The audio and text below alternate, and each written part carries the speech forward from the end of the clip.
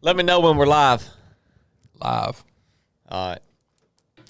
All right, everybody. Welcome back to the 307 podcast. We're thankful you joined us today. Whether you're joining live or on the audio. Tonight, you've got me, your host. Tonight. Chad Rod. Over here in the corner, weighing in at 248. We got the big hornet's nest bumping Cornelio. Golly. What you got hanging from your mic, Corn? Look, seriously now, all y'all jokers out there, you ultra runners that be out there running every day, and you nasty crossfitters that be out there sweating of the morn, and you just run in there and hop in your car, you know you're getting all that sweat all in your dang truck, in your car, in your Tesla, in your Prius, and your car stinks. Your car does stink. Good night, Chili. Y'all's car stinks. So Chili, our man Chili, has designed us some air fresheners. And Inspired by corn. inspired by Chili, designed by Chili. No, Brought to you by designed corn. by chili, inspired by corn. Okay. They smell good. So, and plus all That's y'all pretty turds nice. that ain't doing nothing. Your car stinks from Burger King, cigarette ashes, and all that other stuff. Sedentary lifestyle. Yeah, your sedentary lifestyle makes you stink, makes your vehicle stink. Look, you ever smelt a creek that stinks? Yeah. Stagnant creek. Well, no, my point is, Corn, that the creeks are moving. The pond water's what stinks.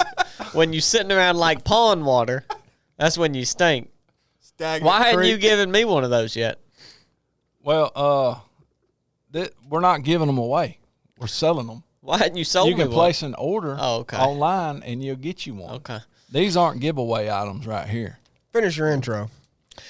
And over here in the left corner, weighing in at 119, you got the Pope, Stick Man, Chili.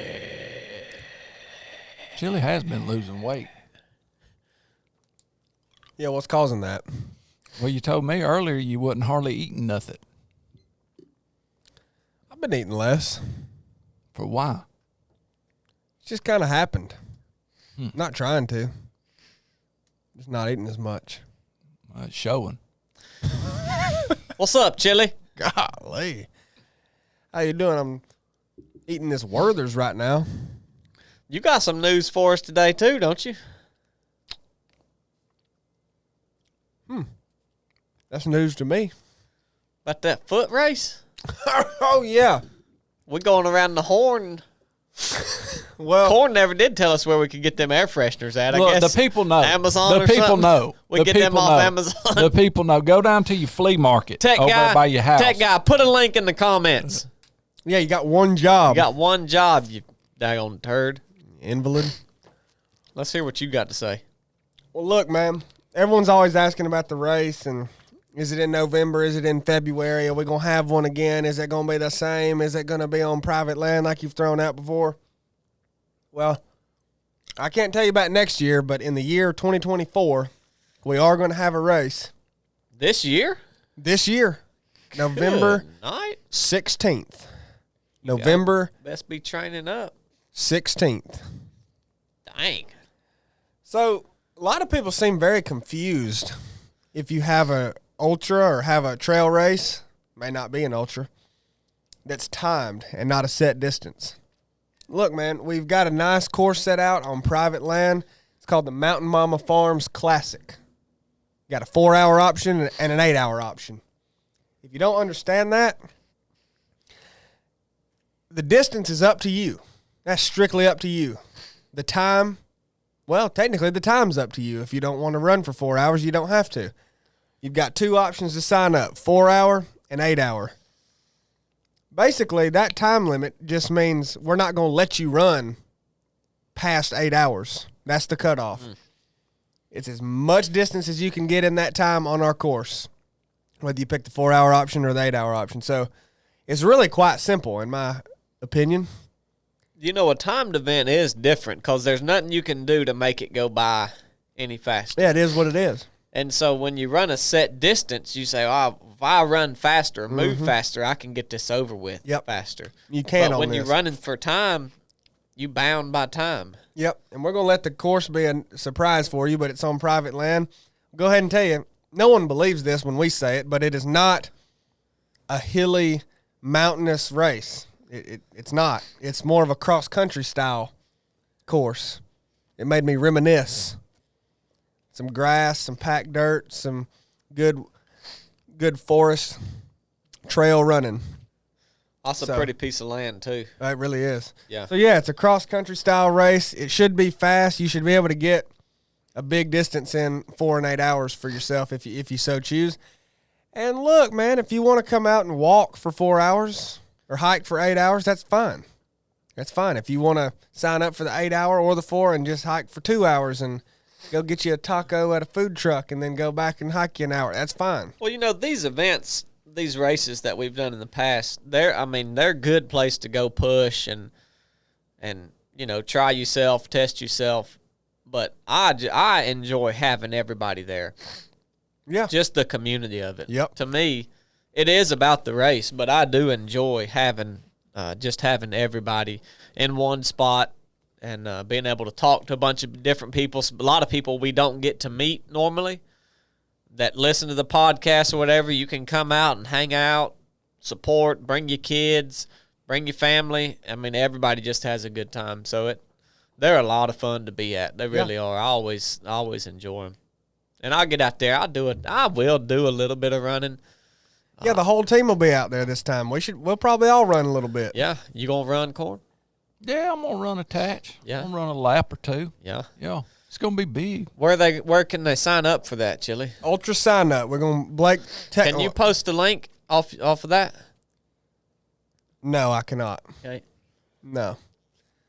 You can find it though, Bubba. Well, talk for a minute. I'll You can get find it, one. Bubba. Talk for a minute. So yeah, ultra sign up. I'm doing 2 jobs at once right now. So You're doing good, Bubba. ultra sign up is where all the ultras are hosted to people unfamiliar with races. All of our ultra runners will know what we're talking about here and be very familiar with that, or if you've raced with us before. But I hope a lot of people in the 307 community that's never done a race or never thought they would do a race or maybe still don't think they do a race will come out and be a part of this and just do what they can in the time. So it's very simple registration. We'll put the link in. We'll pin it to the top of the comments here. It's ultrasignup.com, Mountain Mama Farms Classic. Really, once again, no one believes us when we say it, but this truly is a great event, great race to just come out and be a part of the 307 community and basically run as much as you want or hike as much as you want. That's totally up to you. There's no distance requirement. If you finish one lap, then you're on the board. So, the loop is not entirely set. We may make a few tweaks, but it's going to be roughly 4 miles. So if you can finish a 4-mile loop, then there you go. There's gonna be some gifts for the winners of each one, right? Yeah. What, you going to do something? Chili said Well, he hold was on. going to do something No, if hold it on. sells No, out. Hold on. You're getting ahead of ourselves here. Yeah, there's going to be a big prize if you win the 4 or the 8 hour. Big prize. That's a big deal. We like winners. You ain't got to try to be a winner. That's fine. You can come out and do whatever, do your thing, but yeah, it pays to be a winner. So you definitely going to want to win this race. And speaking of, we got a lot of spots available. We're trying to make this a big event. You know what I'm saying? It ain't just 50 people we want there. We want hundreds. So we got to have a cap on it. But the deal is if it sells out, we're going to do something. Ain't that right, Corn? Oh, yeah. Yeah, we're going to do something if it sells out. What we going to do? Well, I think you need to put a time frame on it because they like to wait till the last minute, the last couple of weeks to be signing up. Well, so what, by November 1st? Do you think that's good? You in the ultra world, Chili. Well, I'm look, not an look, ultra man, man if it like sells you. You out, tell me. if it sells out, What- we'll do something. what's- You said I- we'll do something, Well, man. we're going to do it. We're going to do it, by golly. All right. Well, the link's in the comments, pinned to the top, and we'll put a link in the show notes So if you guys, I know a lot of y'all are handicapped and you're not able to search the name of the race in Google and find it. And so we'll do that part for you if you'll come out and run. So it's there. It's going to be a good time, and it's going to be big. Yeah, it's going to be real It's big. going to be real big. So, well, this morning, we all met up at the range. Chili, the other day, he's had a lifelong dream of being a patrol officer. And so he started practicing, training, and Cornbread, you know, he's a veteran law enforcement officer, and he walked him through the pistol qualification course, and it was quite sad. We'll have a video coming out about that y'all can watch. Pretty funny. But Chili said, let's go to the range on Wednesday. And I thought, well, all right, this is going to be rough, but we'll do it, I guess, because you need it. You need it. So we went out there, and to my surprise, I think Chili had been practicing dry firing or something, because I thought he shot quite well. Did you, Corn? I think he shot really good. Yeah? Shot good. Shot better than me. Well, no, you beat him. You was always faster on the time, although you looked like a darn sloth moving in between them targets. What are you talking why about? do you You wouldn't. There's no urgency about your movement. If I beat him between. in time and It's- I look like a sloth, what did he look like? It was a classic example. What of is something really skinny that's slow? This was a classic example of the tortoise and the hare. You just moved slow and methodically, and Chili was real sporadic with his movement. He would take a step and shoot and stand there and do his mag change. All his movements were real fast, but his shooting was real slow, but he was accurate. So he's Look, getting there. I was more accurate than you today. I think we can all agree on that. On the last one, I missed 2. You missed 1. Yeah, and do you remember the drill that you came up with and the debacle on the tree? Well, we both DNF'd it. Oh, yeah. that was bad. Yeah, I Yeah. mean, both of us were bad. Like, I ain't joning. I said you did really well. Why Which are you makes no- attacking me? which makes Why no- are you attacking me? because you did better than me, Corn. The fact is, you shot faster. I just shot more accurate. I disagree. I think you did really well, Chili. Well, I think don't. you did really well. Well, Corn, He did good, Blake. Yeah. You're yeah. right, Bubba. did you shoot faster than me on that last drill? By 1 second. How? I just did by 1 second. And I missed 2. I missed the first 2. When you did it versus when he did it, there was a 1 second difference. Yeah. Really? Yeah. 1 second. I think what it is, when you would, I noticed every time you would shoot something close, you did your legs like this. Yeah, I know. And That's you would weird, take ain't like it? a split second to do that with your legs. It's odd. And You you notice he weren't did you that? weren't doing that, and so that's where the time Yeah. came Isn't from. that I ain't trying to spread my leg. I'm just working, brother. Isn't that odd? I don't know why I'm did just that. working. That's odd. I did do that. Yeah. There you go. So, well, good job today. You guys get out and do some shooting. Quit sucking like Chili. He's getting better. Y'all gonna do a tactical games this year, ain't you? Or next year? Well, we need to. Yeah, it ain't gonna be this year. You gonna bring no? Well, you gonna bring the speed. I'm gonna bring the accuracy. You're gonna have to bring the speed. Corn, you're faster than me today. Yeah, There was but a on drill the, you on did the like- physical side of things, like the running and all that. If I don't know how them team stuff goes, but you gonna have to be the speed freak on all that. So can I just stop practicing shooting and I just carry the load of the fitness and you do the shooting? No, you practice shooting and your level will come up, right? And then I'll practice fitness and my level will come up, and we'll just overlap them at a happy medium. So we'll Right both there. be about the same athlete by the time we get there. I guess in accordance with the tactical games, yeah. Yeah. Yeah. Well, that'll be good. But overall athlete, you still smoking me in just about everything. No. Yeah. No. Well, that was fun, Chili. You're getting better. Corn, you're getting better too. The last time you shot, You shot good today. I mean, you floundered around that it was. I didn't know when Chili said I want to do range training. I thought, well, we'll do it. But last time I at least had Chad here. We need like a 2 instructor to 1 student ratio when you guys are out What are you there, talking according about? to the last Now you got to admit that you was slinging stuff. I mean, you just, sound ridiculous now. you was Two just pulling instructors to what? Just Listen. You're right. But you're failing to notice the common denominator. When The Chad rifle? is on the range, it's a total different experience. Oh, okay. It's a Chad doesn't make me nor Chili shoot bad. He makes you nervous. No, he don't. He doesn't. I wouldn't say that he makes me nervous. It's way different dynamic. You know what I mean? He's getting ill at the drop of a hat. Who runs a better range? You think? do. You run a better it's range. More. It's concise. The last time I shot, Chad And- wasn't here either, and it was pathetic. It ain't Yeah. got nothing to do with Chad. Listen. You would have shot. Well, I don't want to give the video away, but you shot just right under what you should have been shooting. There was just a few. What are you talking about? So last time, I think since I've been shooting with you, that the majority of what goes on with Chili is equipment stuff. Like It's true. you're all the time finagling with stuff. You didn't finagle with nothing today. One time you forgot to load the pistol at the high ready, Yeah. and that was it. So you didn't have any of that worry on you at all. Yeah. Period. And you was able to just concentrate on shooting 100%. When Chad's on the range, there's all kinds of different manipulations and equipment stuff and this and that and that and this. Yeah, I've just noticed y'all ain't quite ready for that, and so we start with a Ready for minor what? weapon manipulation. We're not shooting. Like you've not even raised a point. I'm glad y'all didn't bring your rifles today. That would have been too much. I don't think so. Yeah, I don't think so. I you think it shot would've- good. Good job.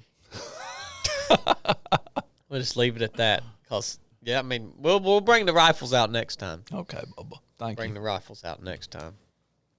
So, yep. Well, I don't like to drag things out quite as long as other people. So listen, if Enough y'all said. We'll see y'all later. if y'all are listening, we appreciate you tuning in. It's just a pre-show. No, did y'all listen to my resurrected message this weekend? I did. Did you, Chili? I did. Why don't you ever get on resurrected when I teach? You always get on there when Chad teaches, but No, never I don't. when I teach. No, I don't. You told me the other day. I listened to that message you did the other night, Bubba. That was good. That was good. You ain't never told me that. Look, You ought to support Blake too, Chili. You don't like the way I teach or something? Y'all are so weird. Huh? I think you do a good job. You spoke too long the other night. You said you wasn't on there. I mean, you drug that one out, Bubba. Why don't you ever get on and support me? It hinders me in the middle of my talk when When you realize that? I think about it a lot. What, talking too much or Chili not being on Him there? not being on there to support me. I always know you're on there, but why don't you ever chime in on anything, Corn? I just ain't been led to, Bubba. Really? Yeah. This ain't nothing. You ain't had no thoughts. Oh, I've had plenty of thoughts. Just nothing yeah. you thought. Yeah. Yeah. Well, the reason I asked is because I think, and maybe that's what we should talk about today: Okay. Talk about what? forgiveness. You forgiving us for not chiming in? No, that's what my talk was about on Patreon. Oh, yeah. Oh, I know it was about forgiveness. No, you didn't know I that. did too. Guess what? You also talked about forgiveness. You gonna talk about what made you mad When? recently? That video? Yeah. Yeah, I will. Go ahead. Yeah. So the other day, I was looking on, well, I've started to get back on Instagram a little bit, but probably quit that. But I was on it or Facebook and had been scrolling through, looking at them videos on there. And I saw one video of this guy, and I don't know his name, but I don't know if maybe he's the pastor of a church or he's just some speaker at this church. And he's up there on the stage, and he begins to say that he is only in love with one stripper, and he likens Jesus to a stripper, and he says that he got butt naked on the cross and took off glory, and absolutely filthy. Like, it just makes me sick for me to even say it myself, quoting the guy. And so I began to think about in the Old Testament, when they would read Scripture and they would come across the name of the God of Israel, our God, Yahweh, that they wouldn't even say the name because they had such respect and reverence for God that they would use a different name. Adonai was the name that they would use. And, some people might hear that guy's talk and they might say, well, I kind of get what he's saying, but it's not even close. It's the disrespect that he's giving God by likening him to something with such filth. And initially I was, well, and maybe rightfully so, pretty mad about it. But then I thought, these people, I thought about Jesus when he was on the cross, basically. In Luke, it says that when he was up on the cross after he had been beaten and mocked, and he said, forgive them, for they know not what they do. And when I hear that, I think it takes all excuses away from us to not forgive somebody. What do you think? What do y'all think? Well, I go right back to what you just said about being angry. Maybe this is sidetracking the conversation. Do you think it's wrong that you got angry about that? No, I don't think it was wrong. No. Seems I like don't there'd be a think problem feeling- if you didn't. I don't think feeling that emotion is wrong. I think what you do with it could be wrong. Yeah. What the way what you do with that, and that's any emotion when you experience it. Do you still act in what is truth and what is right, or do you act in basically in your flesh and what you want to do because you experience that emotion? Yeah, but then you asked, is it ever right to not forgive something? Yeah, I mean, that could be one question. I would say no. I would say you should always forgive.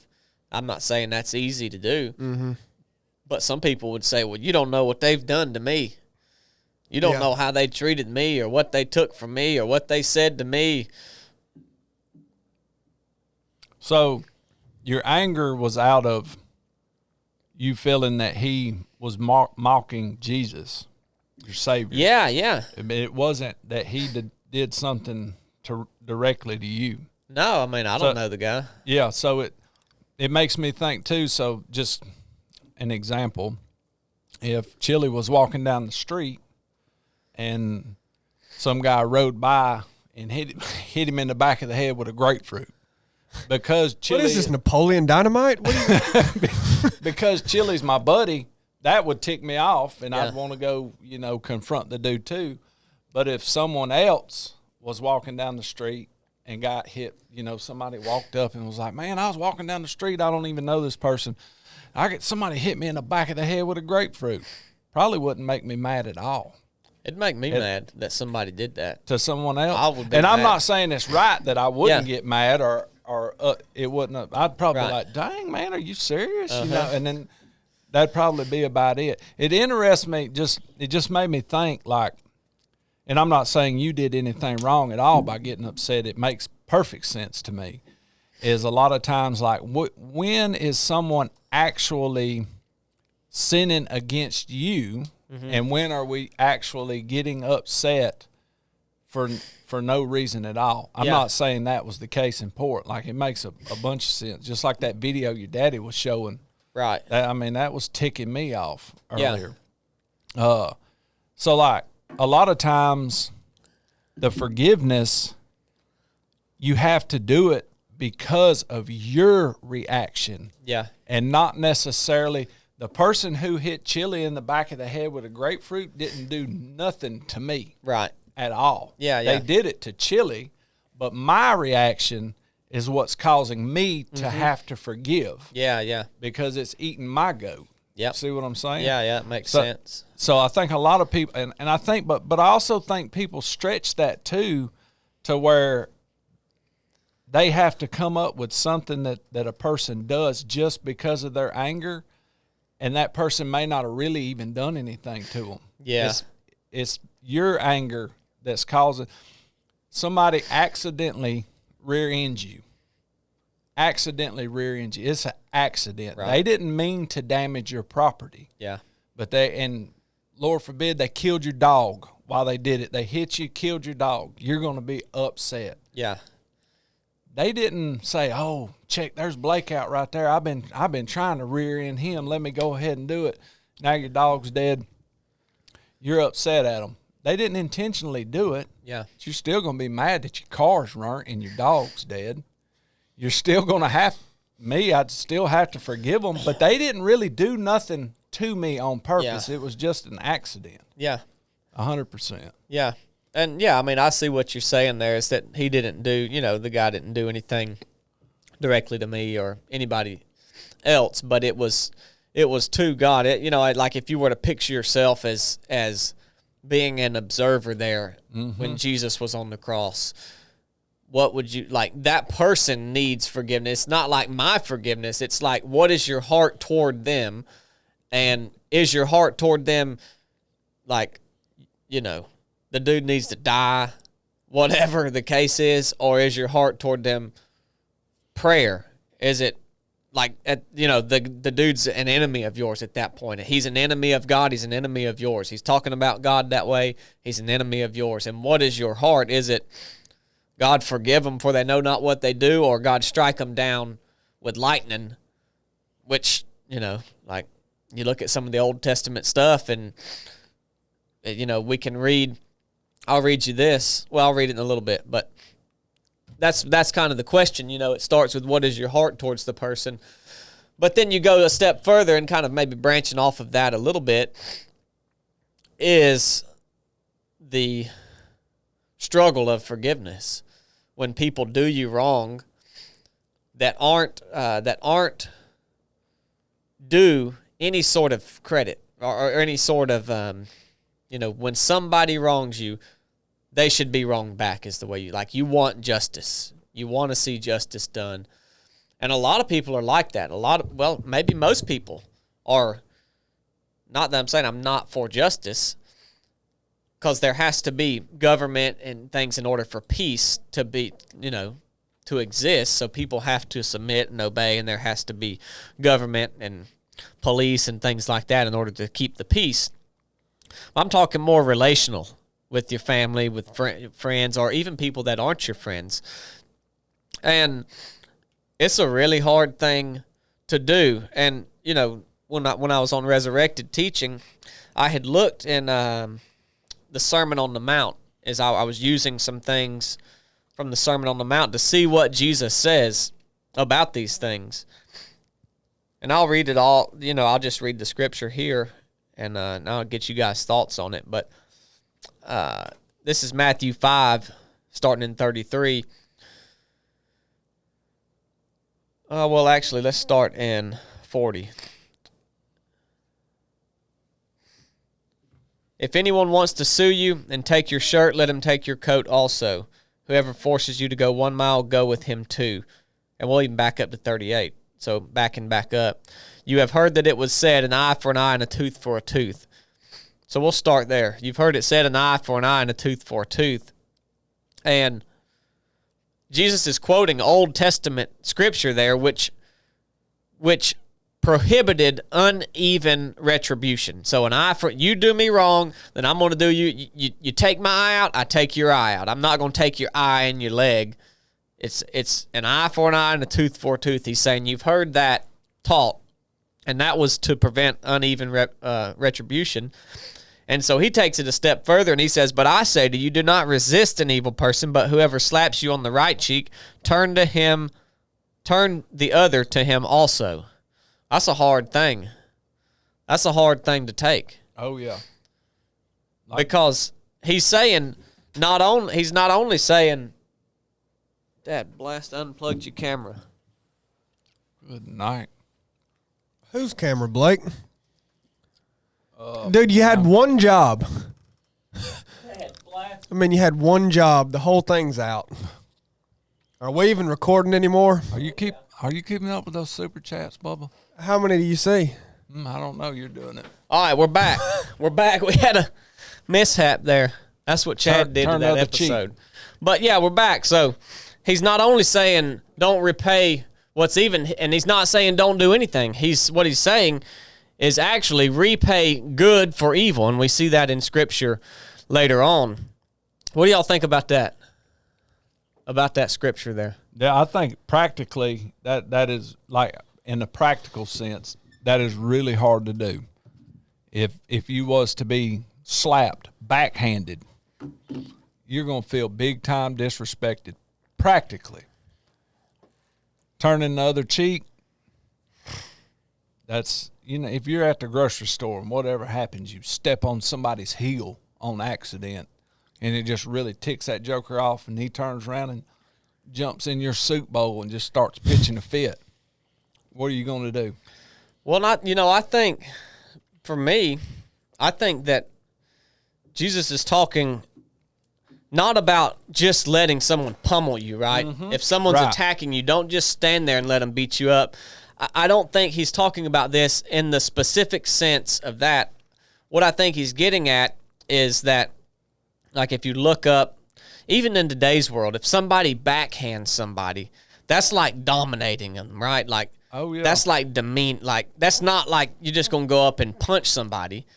Backhanding is dominating, and you see it says the right cheek, and most people are right-handed. So for me to hit you on the right cheek, I'm gonna have to use the back of my hand, right, or my left hand. But if I'm right-handed, I'm gonna try to hit you with my right hand. And he says turn the other cheek, which is your left side. Right hand. And so I was doing some reading on this, and there's some thought that people are saying that what Jesus is teaching is that if somebody does that to you and is demeaning you or putting you down, to turn to them the left cheek and make them treat you as an equal. So if you're going to hit someone on the left cheek, you're going to hit them square up, and you're basically asserting your humanity on them. And when I thought about it that way, I thought, it makes more sense because I know that Jesus doesn't stand for you to just get there and be beaten up. I mean, someone could kill you. He's not saying lay down and let somebody kill you, because in other areas of the Bible, he does say that love always protects. And I think there's many cases can be made for self-defense, right? Fighting against evil that's trying to hurt or kill good.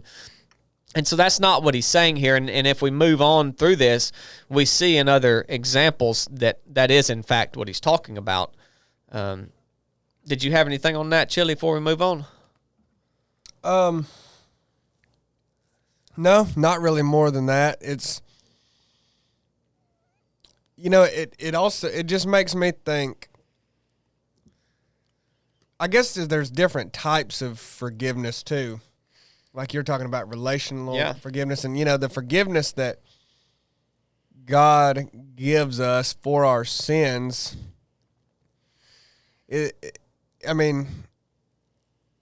That's talking about forgiven in the way that the penalty is paid. Mm-hmm. But is that really the same forgiveness like we can't give that to others? Yeah.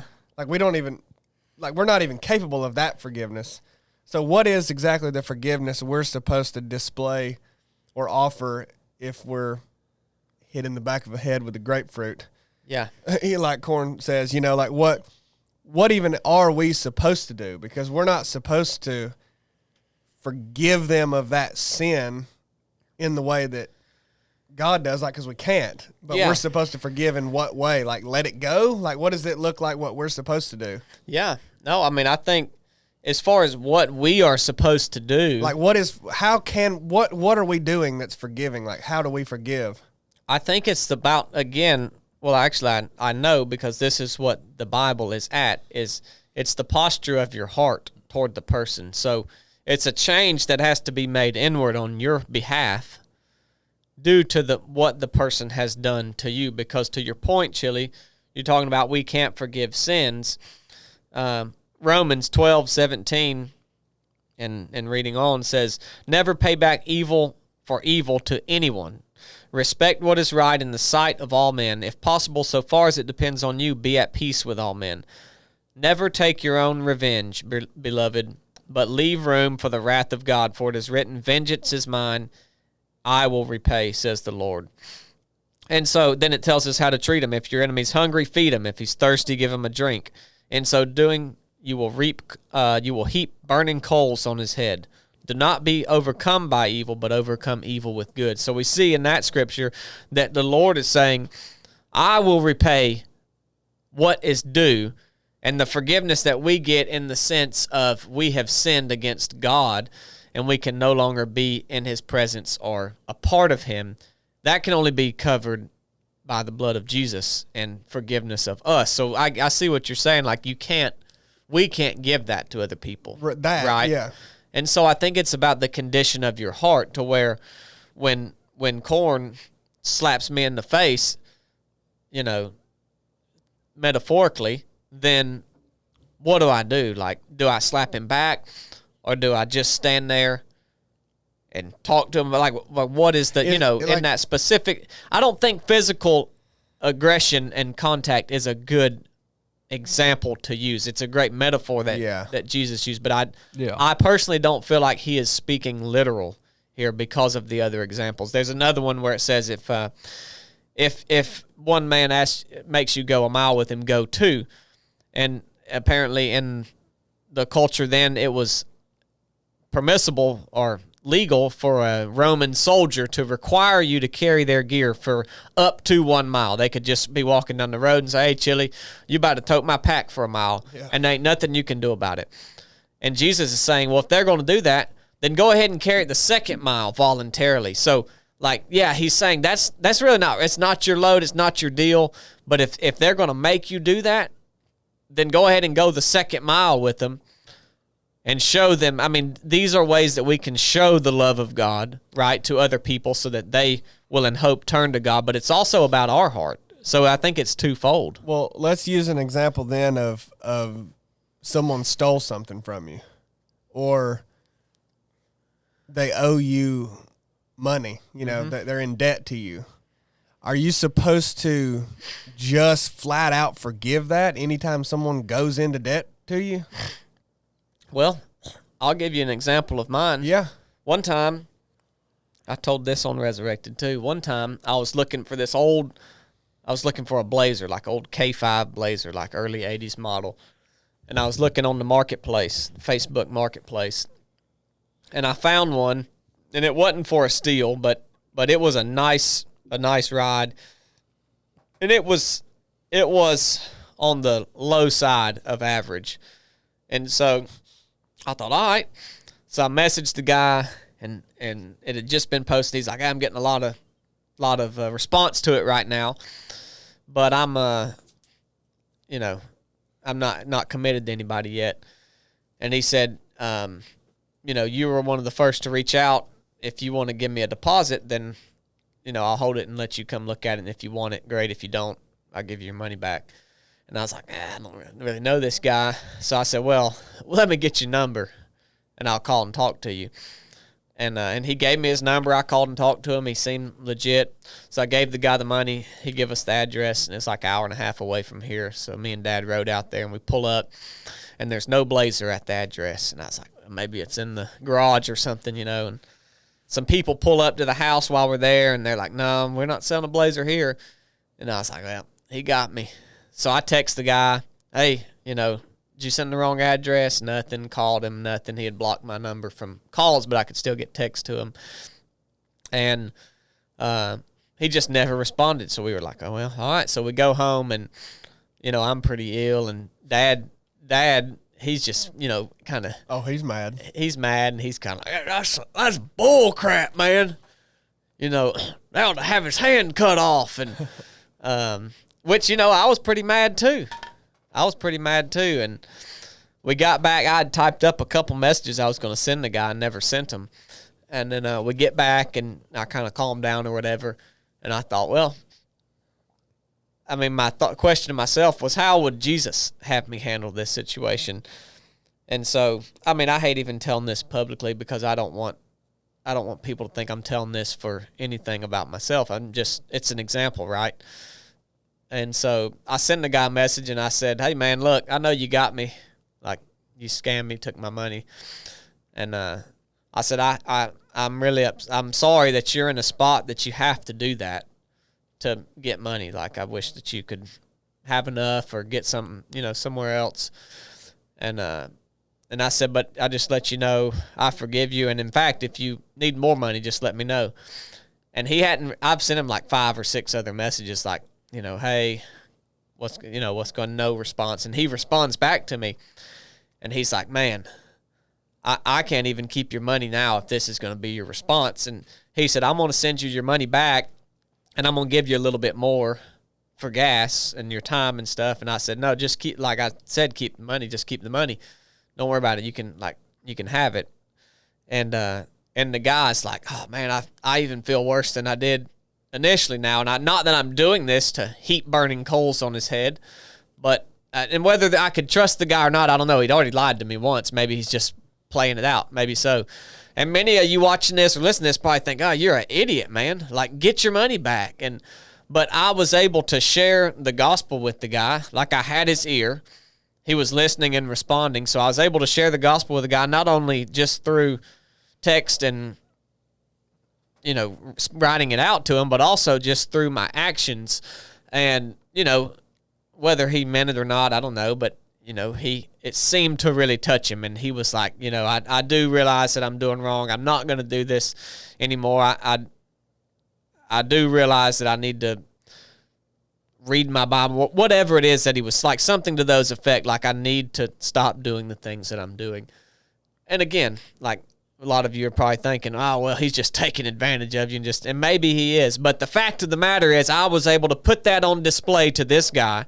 And who knows, maybe one day in his life, maybe whoever he was in cahoots with doing this, maybe it affected them. I don't know. All I know is that that's what Jesus tells me to do, so I'm going to do it. And I don't know if it works on him, if he lied, and maybe you think I'm an idiot for doing it, but I don't really care because the only truth that I know is what is in the scriptures.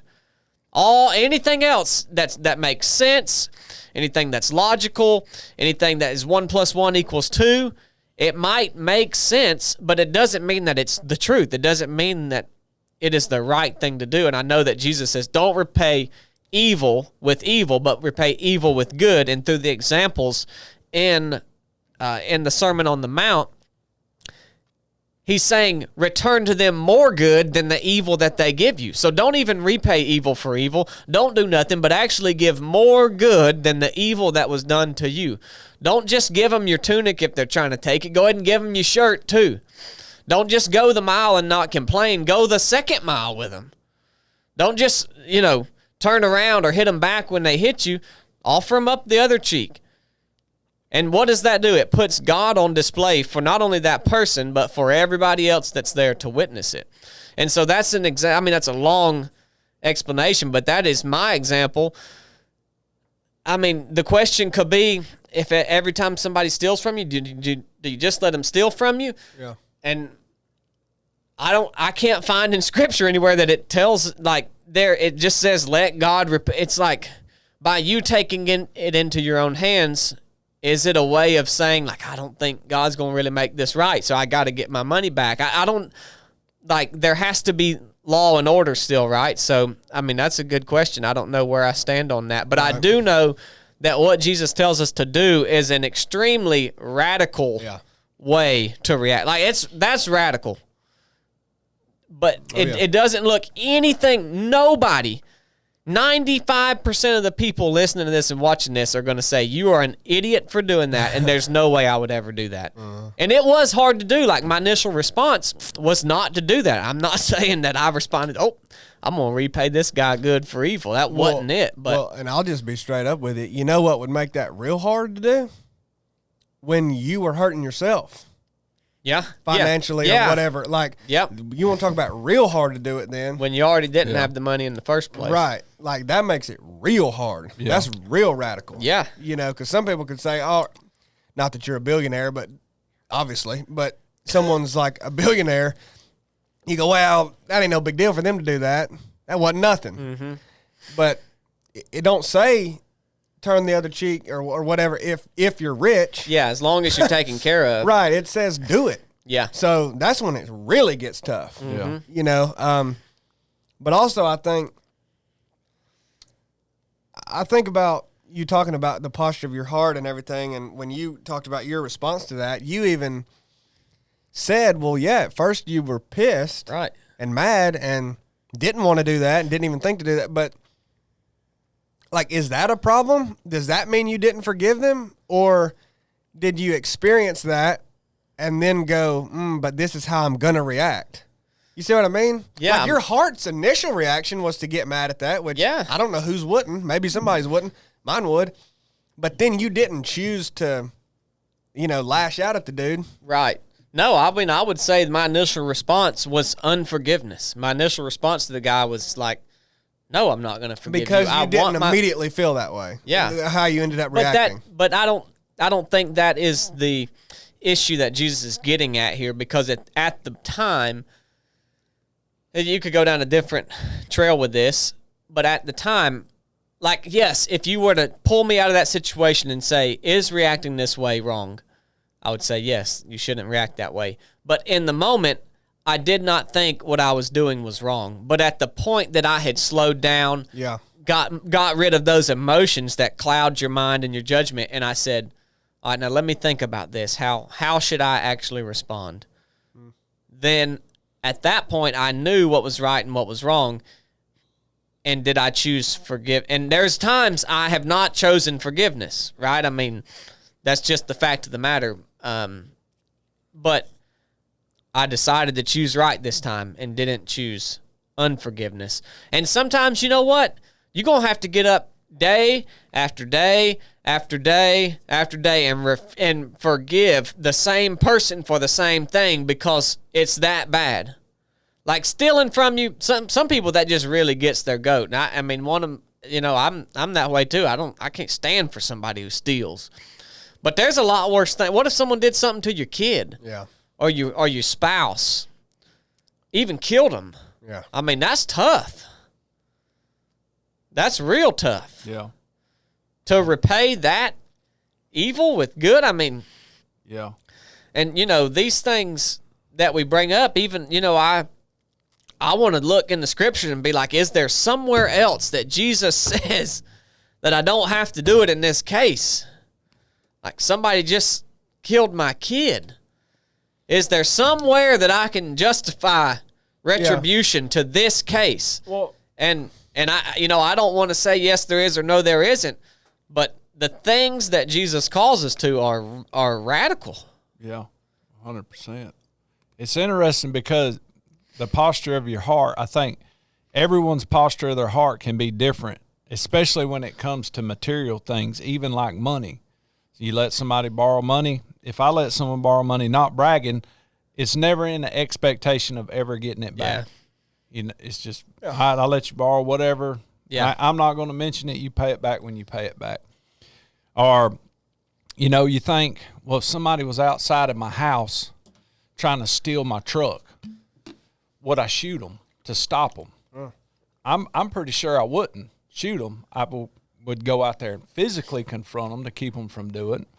But I also think, too, that in the practical sense, I know we've sort of danced around that. I think it is, though I do believe he is talking exactly what we're talking about, but I also believe that he's talking about if you are struck, too. I think because I have experienced forgiveness from someone I did that to. And I'll tell the story real quick. Back when me and Chad was coon hunting a bunch, I had a dog. And the dog acted up one night, run a track backwards, ticked me off. So I gave the dog to Chad. Chad was like 14 years old, I think. And, well, a buddy of mine who had helped me get that dog sort of wanted to go in halfers with me on that dog anyhow, so it ticked him off that I gave the dog to Chad. And I'd run into him a day or two later at the convenience store, and things got heated over the dog. So I popped him in the forehead. He put his finger in my face, so I just come over top of his hand and just busted him in the forehead. Should have never done that. I expected it to be a show enough drag-out fight. Dude didn't do anything. 2 or 3 days I talked to him. He acted like nothing had happened. Yeah. And I was like, hey, man, I'm sorry for hitting. He's like, don't worry about it, dude. I forgive you. Really? I was floored, son. Yeah. I was expecting to have a year-long fuss and fight. Yeah. And it never happened. And just hearing that just knocked me back on my heels. So I think it's all in all the same. But I think I personally, like you were saying, if something happened to your family, I don't know if anyone's posture of their heart could be there, especially at the beginning, Yeah. to forgive right off the rip. Yeah. Me personally, like I think I'm there. I feel like I'm there with, anything that's monetary of value, any materialistic item, a vehicle, you know, somebody burns your house down, that's a pretty big deal. Yeah. I mean, you get what I'm saying? Yeah. Or you get sued. I mean, that's another thing. People sue people left and right for just Right. anything, Yep. and could take your livelihood away. Yep. Period. Yeah. How do you? I mean, could just teetotal mess up everything you've worked for all your life? I'm not going to say I'm there to not be ticked about that. Yeah. I mean, that'd be a tough one too. Yeah. Yeah. It would. It's nothing like losing one of your family members, somebody doing whatever. But The interesting thing, even too about the example you shared at the gas station was that, you may not know now and didn't know then, and the guy who even knows what his heart behind that was, but his heart behind not retaliating could have been fear, like maybe he just didn't want to fight, whatever, but the action, he responded in a manner that Jesus said to respond, and it had an impact on you, whether his heart was because of the Lord or not. that's right. And to me, that's just really cool to see that it just gives affirmation, I guess, to what Jesus tells us to do, and that it actually works, and the actions affect people the way that he says it's going to affect them. Yeah. Now, your heart behind it, that's a personal matter, right? That's a matter between you and God, but the manner in which you respond does have effect on people. Like, I don't know, at the time, if you saw God in that moment or anything, or maybe it just shocked you, but now you're able to look back on that and see that interaction and get that out of it, right? I mean, it came up in this conversation. Yeah, I would definitely say that when I talked to him, 2 or 3 days later, whatever it was, I felt humility big time for being such a jerk. Yeah. Somebody that was my buddy, though it was, all he did was put his finger in my face. Yeah. And I was a big time jerk and did something that could have potentially harmed him, Yeah. out of anger, out of spite. Like, that was intentional. Yeah. Yeah. You're going to point your finger at me, I'm going to bust your head. Uh-huh. That ain't so. When he said, "Man, don't worry about it. I forgive you. It ain't no big deal," I felt like a piece of crap. Yeah, exactly. You know what That's I mean? like getting hit on the right cheek and turning your other cheek. Yeah. Then the dude's like, "Oh man, I feel like crap for doing that. You're not even gonna fight me back." Yeah. You hear the old westerns or where they say, "Stand up and fight me like a man." Like, nobody wants to fight somebody that's not doing anything back. That's right. Because you just feel like crap. Right. That's right. Absolutely. What you got on it, Chili? Was you gonna say something? Well, I go back to what you said about you don't know. Maybe he did that out of fear because he didn't want to fight with Corm for anymore. He very well could have. I don't know. I wouldn't want to fight him. I mean, yeah, it may have been the motivation. I'm not saying it was, but you were basically making the point that either way, because he acted like Jesus told you to act, that good came out of it. Right. But you're also making the point that your heart does matter behind it. Yeah. And kind of the reverse of that is, because I've seen these famous news clips of where, someone will have murdered somebody and they'll go to trial, and their family will be there or whatever and say, "We forgive you." Yeah. Well, I mean, what's the point in me sitting on here and pretending like I would do that? Like, if somebody kills somebody in my family or y'all who are my family, I mean, I ain't doing that. Yeah. Sorry. I mean, maybe I should work on that, but that is not going to be my reaction. That's just being totally honest. Yeah. But say I managed to get on there and say exactly what they said, but in my heart the whole time I'm hoping that dude who killed whoever just freaking dies, and Yeah. I can go kill him. Like, so my action would look like those same people, you know? Like you would see, oh man, look, he forgave him. But in my heart, I'm sitting there going, I hope you freaking die, dude. Yeah. Like suffer and die forever. Yeah. So if that's what's in my heart, but what comes out is just for whatever reason, like you don't want to deal with it or you want to, I don't know. Some people might do it because they want to look like they forget. I don't know. Is that good? Like my heart's in there filled with hate, you know? Well, it's not good for you, right? Right. That's what I mean. Like that's but what I'm the- saying. So you can even outwardly forgive somebody, but if your heart's screaming, Well, I think it's a lack of action on outward that people might perceive as forgiveness. They might think, well, Chili's not doing anything, so he must forgive that guy. or even if you said you did, Yeah. but in your heart you're still thinking like, Yeah, I mean, because we don't know what's in a man's heart. So I do think I do think that God can use actions with ill intentions or deceiving intentions, maybe, like me saying I forgive you and I don't. well, but what it if I'm looks not like I trying to? did. What if I'm not trying to deceive anybody? What if I'm just like, look, I'm supposed to forgive you. I'm gonna try, you know, and I can even manage to say it, but Yeah. I don't. Like, is that, you know, what are you supposed to do if like your heart just? I mean, can you control that? Can you? Well, I mean, that's the next question, right? Is can we? Can that initial Can we? response? Can we have? Do we have the ability to forgive people? And you're essentially changing your desire, right? Because Yeah, when someone wrongs exactly. you, your desire is to give back an eye for an eye, tooth for tooth, or even more. And you know, another thing is that people would ask, well, all right, if someone just goes around wronging all these people and they don't do anything about it, won't evil just abound? Yeah. And won't won't it just keep going? But I would say that not responding or responding good with for evil actually stops the cycle, because when you do me wrong and I do you wrong, then it makes you mad again, and then you do me wrong back. But when I do good, so that's just to clear up a question, because some people and even myself would think that I've got to stop this person. They're just, this is ridiculous. But it's just a self-feeding cycle if you keep giving back. And so back to the question of can we change our own desires in order to, you know, we know that it's right, but we can't. And that's the process that I think sometimes you just have to every day, like you have to, that part of you has to die again, right? I mean, because forgiveness, when we feel wronged, then that's still because we're clinging on to these parts of ourselves, right? Yeah. If you reckon yourself dead, then they haven't done anything wrong to you, because you don't matter.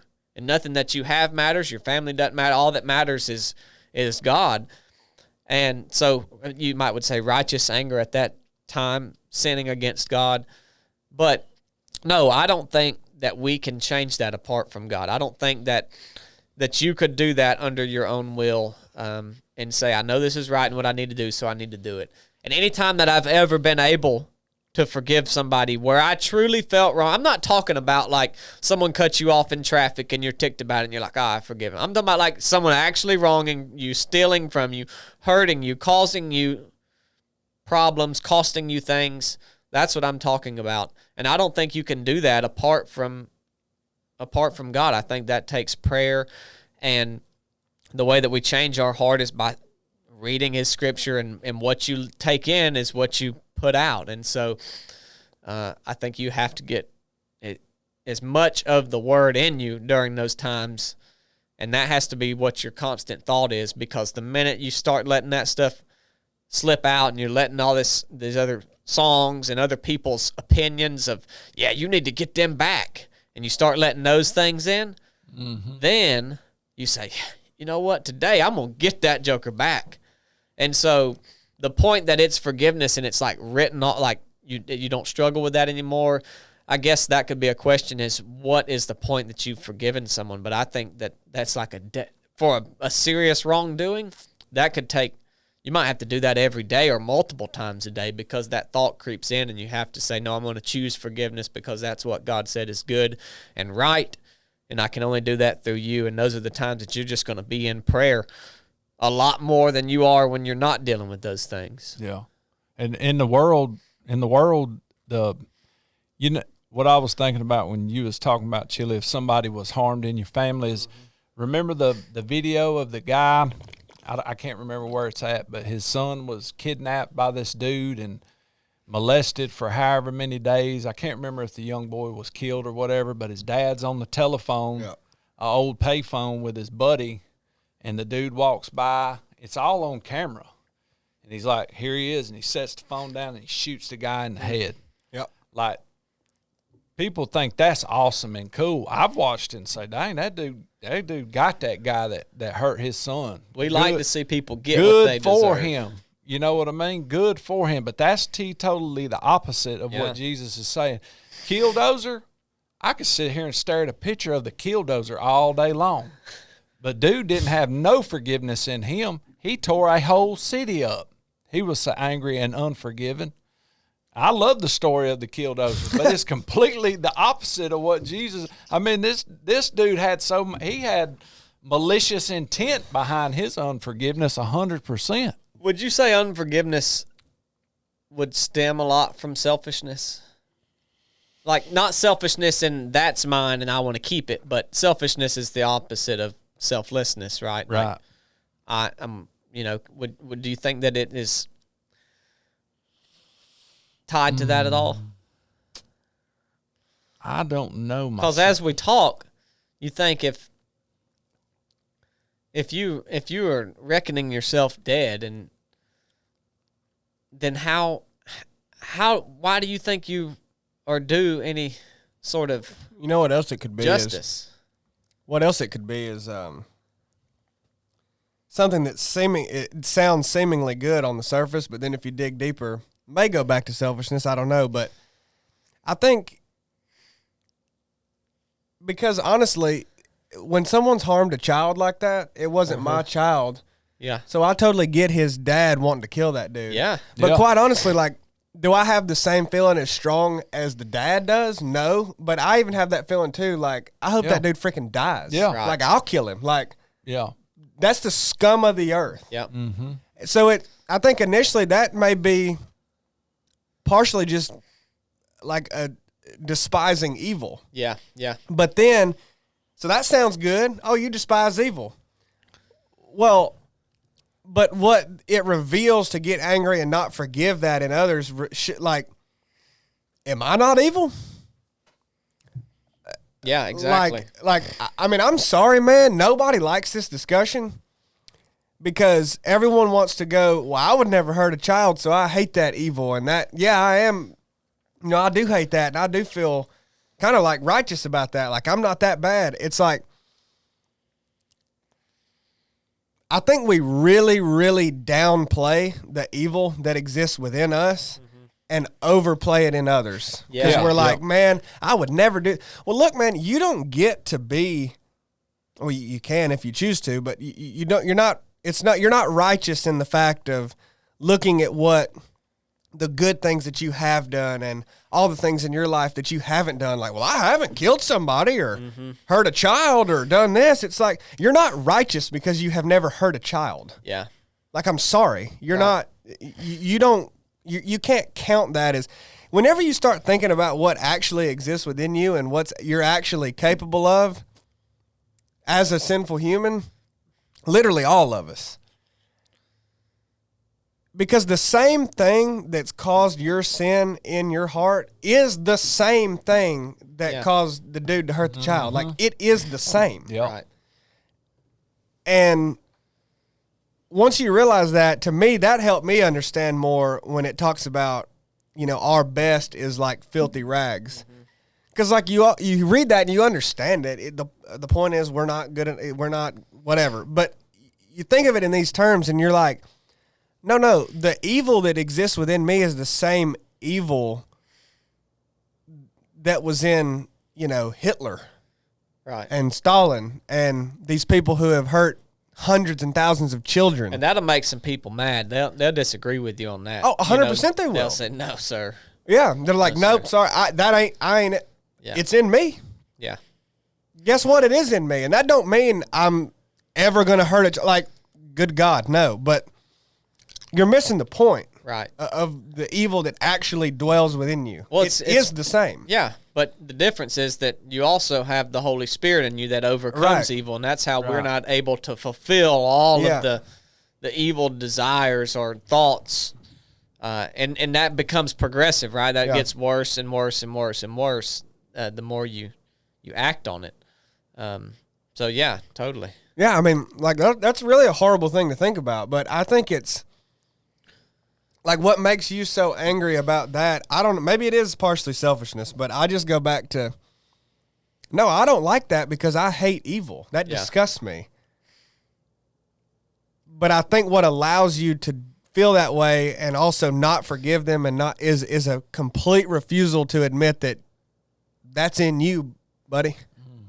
Or it's in me. I mean, Well, but my view is that it is in all of us. And like we talked about earlier, Blake, are we even capable of not sinning? Right. No. I don't think so either. No. I mean, No. I think we're born into a fallen state. Right. Yeah. And it's interesting along those lines. Paul says, inspired by the Holy Spirit in Romans 12, that I read earlier, 21, it says, "Do not be overcome by evil, but overcome evil with good," which would basically mean that he's saying when we try to respond and repay what we feel is just, that is being overcome by evil, right? Because in all of this, he's saying, if your enemy's hungry, feed him. If he's thirsty, give him a drink. And in doing so, you'll heap burning coals on his head. But it says in 21, do not be overcome by evil. So he's essentially saying that when you do those things, you will be overcome by evil because we have these emotions, right, that come along with when we are wronged. And when we want to respond in those emotions to repay what was done to us, then we're being overcome with evil. And the warning here is that that's bad. Like Chili said, that's in us.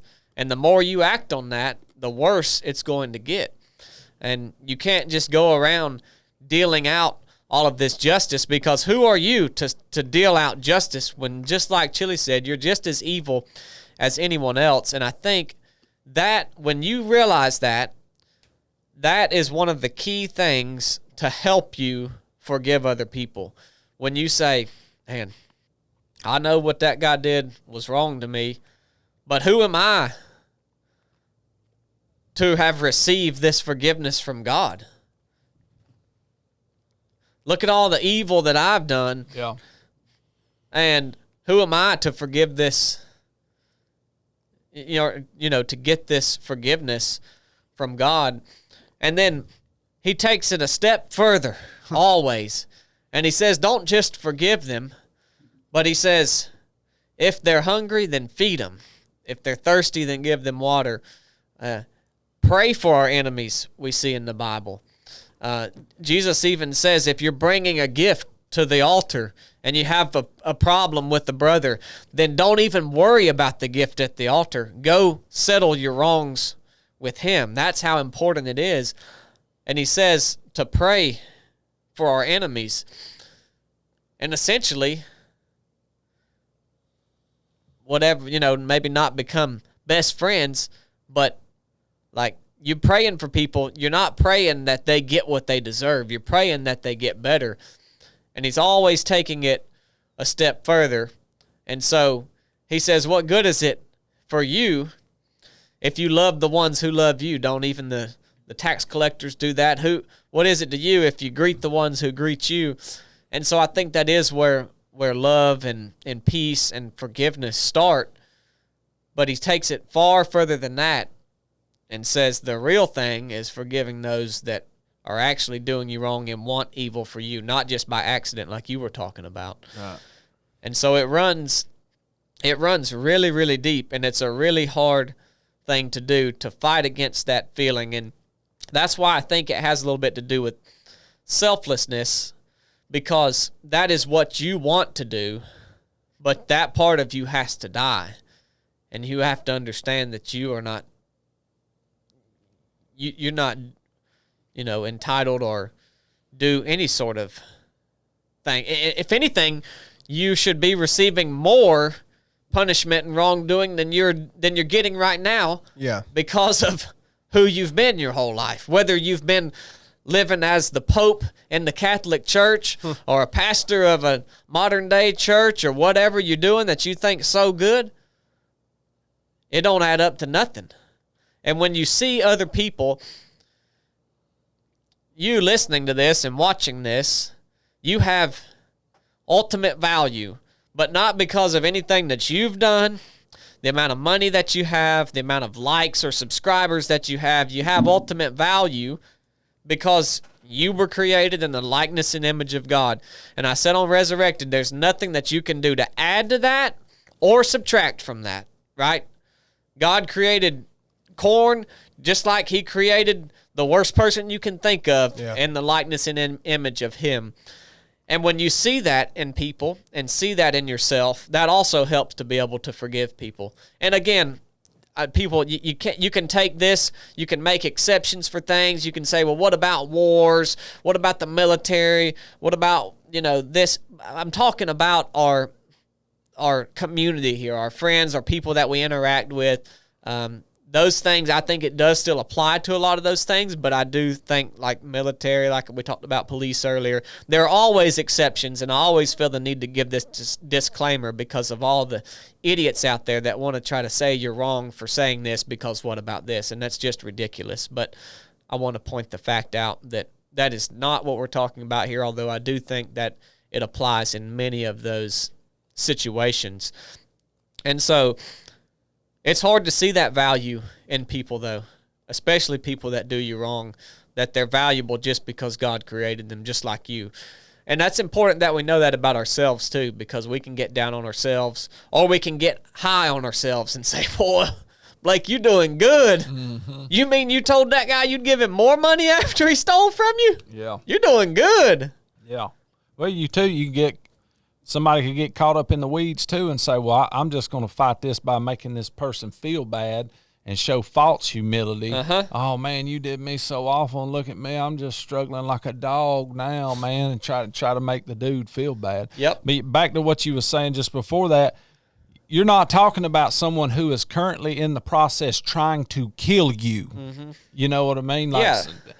Not saying lay down for it. Say, hey, bud, you want me to go get you a McDonald's real quick before you stab me to death? No. Yeah. It's not saying that, But, yeah, 100%. Yeah. Yeah, you can't get confused with this and think if someone is trying to kill you or your family that you should just let it happen. No, not at all. Well, maybe this is reversing back a little bit, but I just thought of, it's based around pride, maybe selfishness too, but that comes from pride. But a good test for this that I've had to run myself through, and I fail it every time, but that's all right. But the good test I've found is watch a video online of someone, there's all kinds of videos you can watch, that horrible news stories, like someone just walked up and just sucker punched an old lady or something, like you see it all the time. Like, that probably makes most people mad, all right? Well, you know why it makes you mad is because you despise evil, like we talked about. But it makes you mad because it's evil and you don't like that, and you haven't done that. Go watch a video of somebody lying to somebody, something that you've done. Yeah. See how mad you get. Right. You don't really get that mad. Yep. It's always mad when it's something that's like, well, man, I'm not that evil. Yeah. Or I've never done anything that bad. Go watch the things you've done. Say you've done something bad. Say you watched the, old lady getting sucker punched, and that makes you mad, but then you watch a husband beating his wife and you go, well, I did do that, and that don't make me too mad. Like, I get that. Like, that's what we do. If it's something that we've done, that is just as evil, we don't really have the same reaction. Yep. That's a good test for me because I go, man, that is me totally putting myself on a pedestal to even get mad at that. Yeah. In the way that I get mad because it's like, well, I wouldn't do that. That's evil that I'm not even. No. Yeah. No, you're right. Yeah, I mean, you it's like a holier than thou kind of mentality. Like, there's no, I wouldn't do that. So I don't have to worry about people trying to get back at me for that because I don't do that. But boy, we're gonna get him. Yep. Yeah. That's a good point, Chili. Yep. Well, that's all I had on forgiveness, but that had been on my mind for a couple of weeks now, and just kind of that was the progression of it, was seeing that guy, and then checking my own heart and my response to that, and was my response for them that I want them to be forgiven and that I want them to recognize what they're doing is wrong, and then I began down the path of forgiveness itself. And many things that I've been studying lately, I've just dealt with that. And so I appreciate y'all chiming in and sharing your thoughts on that. That was good, man. I want to open a couple boxes we got in the mail, then I want to hit our Patreon question. All right, let's do it. So Bust them off. we got a couple boxes here. Let's do it, Bubba. This one's to me, Chad Wright. 1 second, let me grab a knife. You should have had that knife ready. Well, if the stinking tech guy would do his job, retard. Shirt feels like a turtle shell, Bubba. Oh, yeah, we got a good clip coming for y'all. Corn shotgun and some protein. Yeah, I don't think. Tech guy, you didn't clear this package? No, I didn't. What the crap, man? Yeah, what tier you want to put that out on Patreon? That video, you Corn. I mean, that's serious. I think this is going to be some gold. This is from Lane Veld. Some Man, gold. bailed. I think it's gold. Where's he hail from? Canada, Canada. originally. The Oh, Canucks man. send a good, Oh, man. good bunch, don't they? Is it really gold? Raw Canadian gold. Good Whoa, Lord, it is son. gold. Good night. Thank you, Lane. What's got a new book here too? Precious Remedies Against Satan's Devices. Holy crow, Little note, a I'll book. leave that. Allow the front of the jug for the folks can see it. All you need to know is that's raw Canadian gold. Dang. That might be syrup. No, that's solid gold in there, liquid gold. It might be what? Syrup.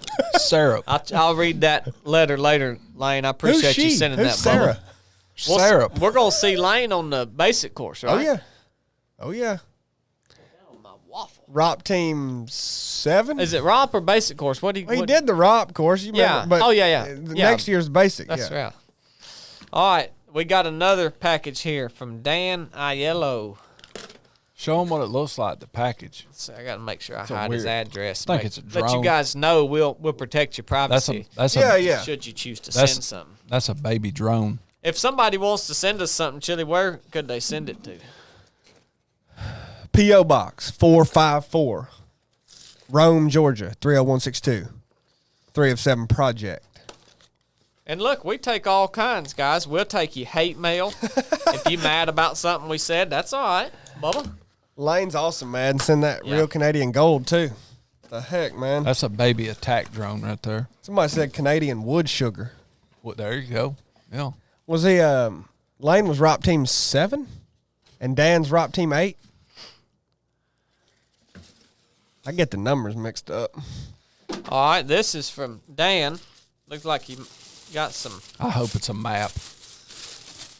A map of Posters what? here. Oh, it's probably a map of where you got us lost, Oh, Bubba. this is nice right here. Look at this. Oh, that is nice. Oh, that's a print of Team 8. Check that out. Oh, that's big right there. That's real big. That's a print of Team That's 8. sweet right there. You ain't thick necking in that picture, Chili. Have you Dude. quit thick necking? I look like That's bad to the bone. You right was there. bigger right there. He You was said, bigger. huh? You he was sent bigger. two I of look them. like an idiot in that. He sent two of them. He said he wants us to sign one and the other for Sean. So he didn't even give us one, I don't think. Dang, Dan, I was wanting to keep that. Good night, Dan. He's wanting to put it up in his house. So Why didn't you sign one and send it to us? That's all right. Rop All-Star. Yep, that's all right. That's a nice picture. We'll get them signed and get them back to you, Dan. Wonder what they think of Rop All Stars. I'll read that note more too. He might be big. giving us one. I don't know. It's gonna be big, ain't it? I'll read it right It's now. going to be real big. Yeah. Well, no, we'll do that. That'd be cool. Yeah, That's a nice print. Yeah, you guys, if you want to send us something, Chili ain't saying you got to, but he's saying if you want to, that's the address to send it to. So I want to hit a Patreon question here. We have a Patreon. If you guys don't know about it, one thing that we do, well, we talked about Resurrected on this message that I'd shared on there. So one thing we do for the people there on Patreon is a Bible-based message 3 Sundays a month called Resurrected. Chad and I teach on there. Cornbread. If you guys want to hear from Cornbread, then go sign up and tune in this Sunday because he's going to be teaching, and it's going to be big. Woo. Chili, you going to be on there this Sunday? Live?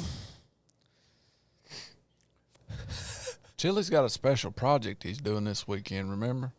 Yeah, I mean, I'm Oh, yeah, that's right. I forgot about that mission. I'm on a Good way to be an individual, Chili, and go do Yeah. your own thing, Bubba. Well, Yeah. I'm on an assault. I'm on an assault mission. That look, me and Chad and Chili do it. Chad Yeah. and Chili do it. Chad. So and that's Chili one do thing It. we do. Chad and Chili do it. Blake and Corn sit at home with With the the rear rear in with the the gear. gear. Chad and Chili do it. Another thing we do is we take questions from our people there on Patreon. You send them in, and Cornbread goes through them, finds good questions, and we talk about them here on the podcast. So the one that he's got for us today is from our brother Noah Stagg. Oh yeah, Noah's a good one. What's he done? The basic course, the ROP, proving ground. Proving Ground. Yeah. He's got to get on that advanced mission. He got to yeah. get on that Alpine or that advanced ROP. Rop All-Stars. Yep. So Wait, whoa. Rop All Stars. Shh, not right now. his question is this. Well, it's not really a question. It's a statement that something he wants us to talk about. He says, "Speak on controlling your emotions, specifically doubt and self-pity." So, what you think, CB? Oh, Controlling your emotions, doubt, and self-pity. We So- talked a little bit about controlling your emotions already today, Yeah. in the right. light of forgiveness and our desire to repay what we feel is due. Yeah. So when I think about doubt, what initially comes to my mind here of the recent was coming to work here from my previous job. I had a bunch of doubt whether or not I was going to be able to physically perform as expected. The things Yeah. even as simple as team PT on Wednesday. Yeah. The doubt that I had there, or that I was going to be able to articulate. Chad articulates really, really well, Yeah. and people flock to that. So I had to learn, and it wasn't me that realized this. Somehow it just happened that we're all different in and of a sense, and I'm here to be able to do what I can do to the best of my ability, physically, mentally, and spiritually, and to grow every day. When I first come here, you told me, if we're not working one day, we're still doing something to better ourselves for our family, our friends, and the people that we serve. Yeah. And getting in that habit, I think, sort of eliminated a lot of that doubt. I've said it before on the podcast. I'll never forget it. I can picture it perfect as day when we went to First Form. Seeing that arch, I mean, that whole trip to Missouri, I was like, dude, you're not even supposed to be here. Like, I just doubted the whole thing. Like, what am I doing, man? You're a freaking hog. You're in here with these fit people at First Form. You know what I mean? Yeah. Like, what are you even doing? But being uncomfortable, doubting, but still doing it, it just sort of just goes away, man. Yeah. It just sort of eliminates itself. Yeah. Or it has in Yeah. those instances. Self-pity? Man, I don't want to seem righteous, but I can't really say that I've experienced self-pity much. Yeah. Like feeling sorry for yourself kind of stuff. Yeah, I mean, I'm sure it has came, but maybe it was just whimsical. You get what I'm saying? And maybe that doubt is from some type of self-pity. You know what I mean? Like, dude, you're way out of shape, man. You're just sad sacking because you're a hog. Yeah. Maybe some of the doubt was formed from self-pity. I'm not saying I've never experienced it. I just can't think of any particular time in my head where I had, right. Yeah. At all. Yeah. But my suggestion is controlling doubt is do what you're doubting. Yeah. Like whatever you're doubting, do it. And keep plugging away at it. Yeah, I think an important thing too about doubt is because if you doubt some things, it's good that you doubt it. Like right now, if you were going to go run 100 miles, you would probably have doubt that you wouldn't finish it. Yeah. And you're probably right. You hadn't been training for running. And so that doubt, can be a good thing sometimes because it keeps us from doing things that we shouldn't or that could be harmful to us. But if you're just doubting things that aren't really realistic, then I think you're right. Just do it anyways. I think the question you should ask is, am I doing what I should be doing? Mm-hmm. Should you be running 100 miles right now? No. It's okay, but it would be okay to be training for it, but should you do it tomorrow? No. And should you be working for 307 and being on the team here? Yeah. You have lived your life up to the point that you came on the team in a manner that's consistent with what you want to be and who and what we represent here. So just because you're not to the point you want to be yet doesn't mean that you can't step into the role. And so I do think that I think that's great advice, yeah. Yeah. What do you think, Chili? Well, he asked about specifically controlling self-doubt and self-pity. Yeah, I think he just said, he said, speak on controlling your emotions, specifically doubt and self-pity. So the emotion of self-doubt and self-pity, the emotion involved with it. Well, I've thought a lot about this. Don't have much to say, really, or much good to say, but sure have thought a lot about it. I'm not entirely sure that you can control your emotions. That phrase is used a lot. Yeah. I think you control how you react to your emotions, which is a important distinction.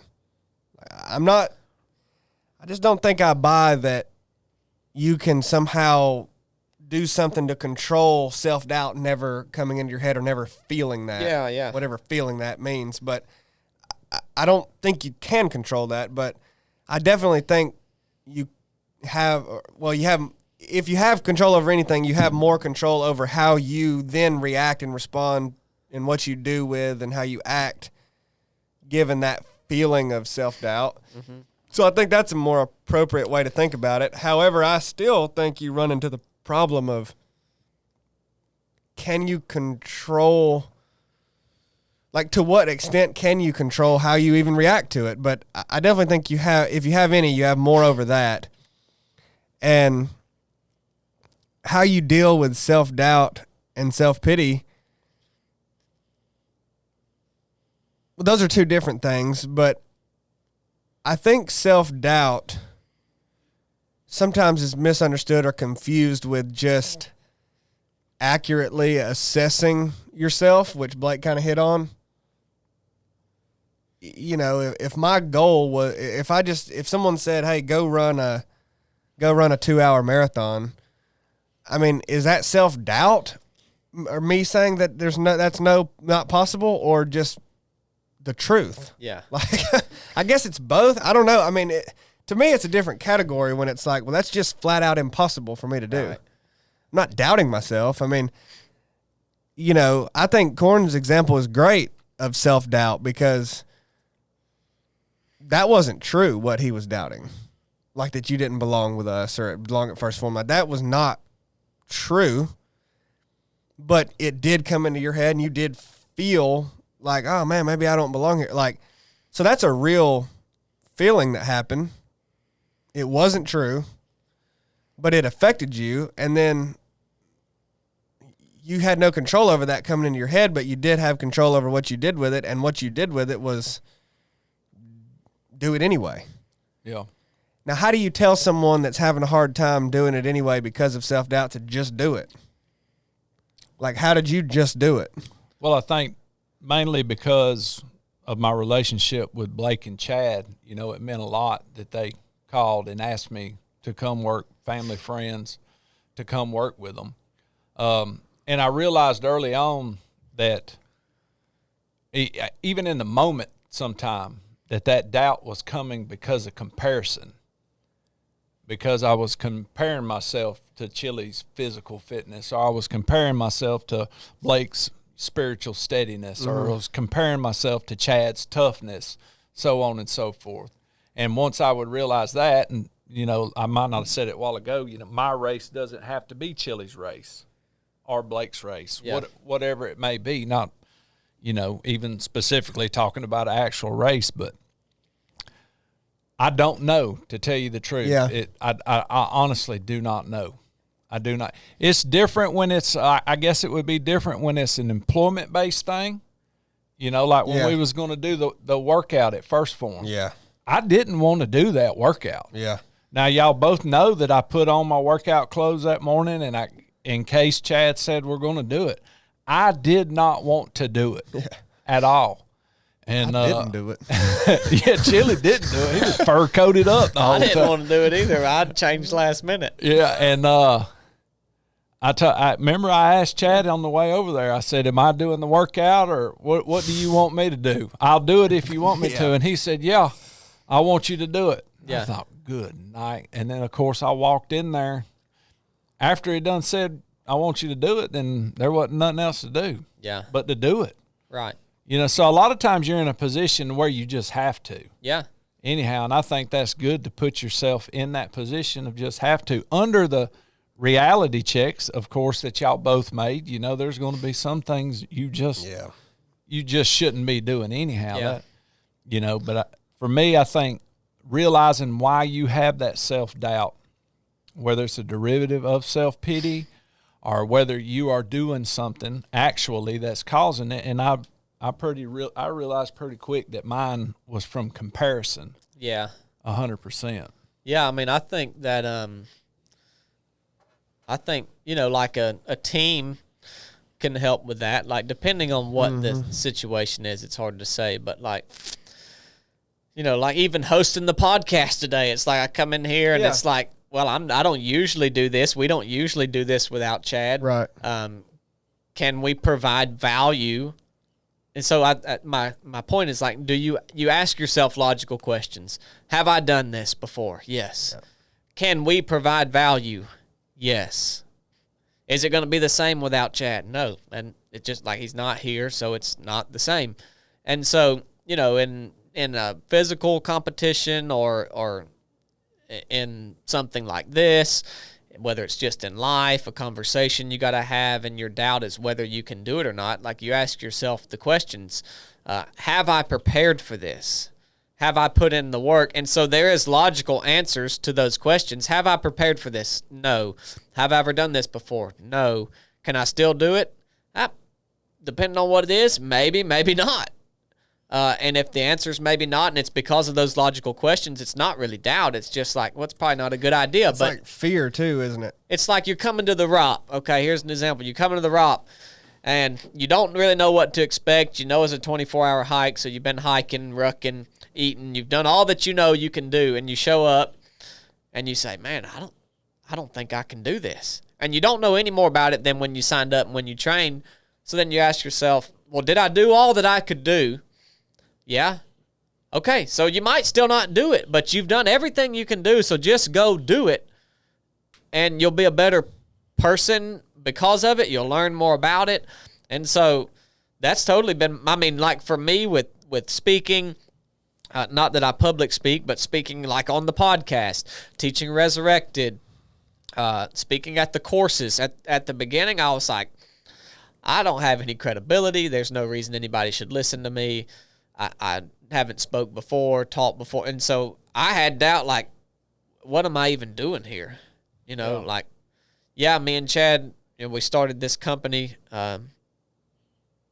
And so that's the only credibility I have. I've never owned a business before. And so, like, the doubt that you have, that you think that you're not capable, I think Corn gave probably the best advice is if you are doing what you feel like the Lord is telling you to do, it doesn't matter whether you feel qualified or not, or prepared or not. If you are walking in what it is He wants you to do, and there's, like, obviously things you have to go through to make sure that is the case, and different things like that. But if you answer yes to those questions, it doesn't matter if you have doubt or not. You just do it because that's what you feel like you should be doing. Mm-hmm.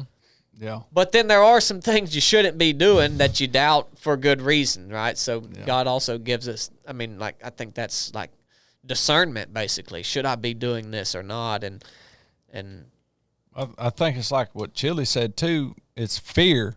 It's fear of failing. Yeah. And fear and fear of what's going to happen when you fail. Right, which is, you know what's so interesting about that to me? That's the opposite of what me and you was talking about the other day, that some people that I've noticed, I haven't done it myself, sign up for some stuff because they have absolutely no fear. They're wanting something to sneak up and punch them in the mouth. Just out of the blue. You know, it's the teetotal opposite of it. Yeah, they'll show up for something unprepared because they want to be surprised and have to react or something. Sometimes you're going to fail. Yeah. Sometimes you're going to hear, dude, you suck. You know what And I mean? I would tell you that if you can live in that, you won't feel like you're doing as good, but you will be far better than you would be if you show up for everything and you're like, got that done, knocked that out of the park, boom, another one done, another one done. But when you show up for stuff and you just keep on, Corn, you said, I've been playing catch up all my life. Everything I do, I feel like I'm having to catch up. Well, think about if you were doing things that you were the best at and you were on top, you wouldn't be the cornbread you are today. Yeah. And so showing up for things with a little bit of doubt, I think is good. When I ran the 100-mile race, I mean, I had a daggone cold, hacking up crap. I'd been sick for a week. I was still hacking up crap and wheezing at the start of the race. And I had doubt then. And I said, I don't know. I don't know if I can do this or not, but I know that I've trained, and I know that I can run 1 mile. So I just got on the line, and I said, I'm just going to run 1 mile. And I thought, I feel all right. I'm going to run another one. And it worked out. But had I been a different person or not prepared in the way I should have or not have lived the life that I lived, then I probably would have said, that this is not the best time for me to do this. Yeah. I'm just going to do it another time. So I think it all goes back. I mean, I think what Corn said was great, that you just do it anyway. If you've prepared and it's what you've committed to, that's another big thing, is like commitment. If those things are there, then I think you do it anyways. Yeah. I'm just going to bring up the point before we move on that I still can't ever work out in my head the best answer but really define it well. How do you just do things when you just need to do it? You know, when you get rid of the self-doubt and the fear, or deal with it. Like, you can't, I don't think you can control it, but when you're controlling your reaction to it, how do you just do it? Like, what is the how? And I think for me, I think it may look different for some people, but I think what Blake started going down with asking yourself the questions, I mean, it's a logical problem. You're in your head going, I may not can do this, and if I can't do this, blank will happen. Like, this bad thing will happen. You right? Like, I'm afraid of the result. I'm afraid of someone thinking something of me or making fun of me. Like, I'm afraid of this. So then you have to ask yourself, well, one, is this thing worth it to you? You know, it really is. It comes down to if you're going to let self-doubt win on how valuable the thing is to you. And once again, I don't know how you make something more valuable to yourself than it already is just by willing that to happen. But I think you have to ask yourself questions about like, you know, what does people always say, know your why when you're going on the rock course? I mean, that's kind of what it falls back to. Because, like, why does everybody say know your why for doing something or doing the rock course? Because you're going to start doubting yourself either before it starts or 70% through it or whatever, and then you're going to fall back to what actually matters to you. Yeah. So, well, let me say, about 20% of those whys on the rock course are a bunch of crap. Most people want to do it because it's cool or because they think it's going to be hard. Because, you know, I know that when they get out there and I see how they act. And then some people share some good whys and they say, well, I can't just say I want to do this because I think it's cool. And so if you come and do the rock course, really think about why you want to do it. I mean, that's just advice for ahead of time to maybe help fight off some of this doubt, you know, that we're talking about. And it's a good question you ask about, like, how do you just do the thing? Yeah. But, you know, I think without belaboring the point, I just think that if I think back on those times, I will just get as close as I can get to the, like, I'm like, all right, well, I can at least go step on the start line. So let me get to the start line, and I'm still doubting. And then I'm like, well, let me run this little bit, and then I'm still doubting. And then eventually you're like a mile from the finish line, and you might even still be doubting, but you've almost done the whole race. So it goes back to what we teach of breaking things down into small. Well, I mean, I think this really is the answer for how you control your emotions or your reactions to them, because you literally finished that race because it mattered to you on what you did that day. Yeah. Like, it mattered to you. Right. I know it did. Yeah. And people that say, man, I don't think like that, or I don't think analytically or logically, like I don't, or not everybody thinks like you, or not everybody thinks like you, Chili, or whatever. Well, I agree, but if you're asking the question of how you deal with your emotions of self-doubt and self-pity, you think to some degree. Yeah. And you think about those things and you're analyzing it. Oh, yeah.